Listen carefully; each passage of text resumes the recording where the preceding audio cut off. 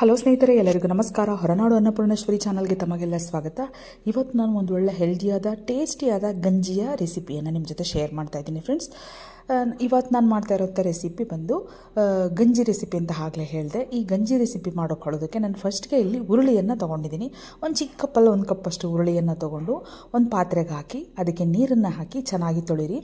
ಒಂದು 3 ರಿಂದ 4 ಸರಿ ಈ ಥರ ಕೈಯಿಂದ ಕಿವುಚಿ ಈ ಉರುಳಿಯನ್ನು ತೊಳ್ಕೊಬೇಕಾಗತ್ತೆ.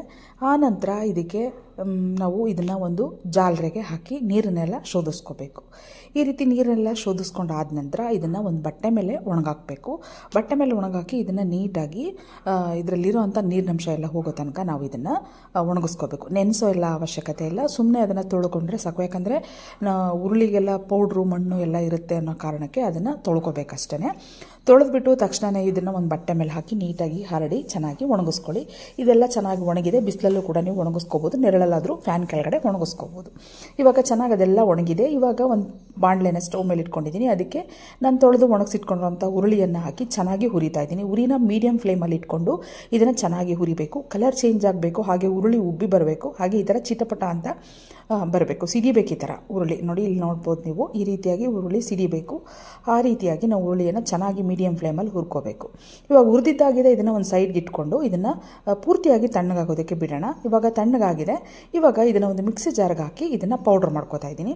ಎಷ್ಟು ನೈಸ್ಗಾಗುತ್ತೆ ಅಷ್ಟು ನೈಸಾಗಿ ಇದನ್ನು ಪೌಡ್ರ್ ಮಾಡ್ಕೊಳ್ಳಿ. ಇವಾಗ ಪೌಡ್ರ್ ಆಗಿದೆ. ಇದನ್ನು ಒಂದು ಜರಡಿಗೆ ಹಾಕಿ ಜರಡಿಯಿಂದ ಇದನ್ನು ಜರಡಿ ಮಾಡ್ಕೊಳ್ಳೋಣ. ನೈಸ್ ಪೌಡ್ರನ್ನ ರೆಡಿ ಮಾಡ್ಕೊಳ್ಳೋಣ. ಇವಾಗ ಇದನ್ನು ಈ ರೀತಿ ನೈಸಾಗಿ ಪೌಡ್ರನ್ನ ರೆಡಿ ಮಾಡಿಕೊಂಡು ಈ ಪೌಡ್ರನ್ನ ನೀವು ಬಾಟಲಲ್ಲಿ ತುಂಬಿಟ್ಟು ನೀವು ಒಂದು 6-7 ತಿಂಗಳ ಕಾಲ ಬಳಸ್ಕೋಬೋದು. ತಿಂಗಳಿಗೊಂದ್ಸರಿ ಕೂಡ ನೀವು ಮಾಡ್ಕೋಬೋದು. ಇವಾಗ ಇದರಿಂದ ಒಂದು 3 ಸ್ಪೂನಷ್ಟು ಪುಡಿಯನ್ನು ಒಂದು ಬೌಲ್ಗೆ ಹಾಕಿ ಇದಕ್ಕೆ ಒಂದು ಅರ್ಧ ಲೋಟದಷ್ಟು ನೀರನ್ನು ಹಾಕಿ ಇದನ್ನು ಈ ರೀತಿ ಕಲಸಿ ಒಂದು ಸೈಡ್ಗೆ ಇಟ್ಕೋತಾ ಇದ್ದೀನಿ. ಇವಾಗ ಮತ್ತೆ ಒಂದು ಚಿಕ್ಕ ಪಾತ್ರೆನ ಸ್ಟವ್ ಮೇಲೆ ಇಟ್ಬಿಟ್ಟು ಅದಕ್ಕೆ ದೊಡ್ಡ ಲೋಟದಲ್ಲಿ 1 ಲೋಟದಷ್ಟು ನೀರನ್ನು ಹಾಕಿ ಕುದಿಯೋದಕ್ಕೆ ಇಟ್ಟಿದ್ದೀನಿ. ಕಲಿಸ್ಕೊಳ್ಳೋದಕ್ಕೂ ಕೂಡ ದೊಡ್ಡ ಲೋಟದಲ್ಲಿ ಅರ್ಧ ಲೋಟದಷ್ಟು ನೀರನ್ನು ಹಾಕಿ ಕಲಿಸ್ಕೊಂಡಿದ್ದೆ.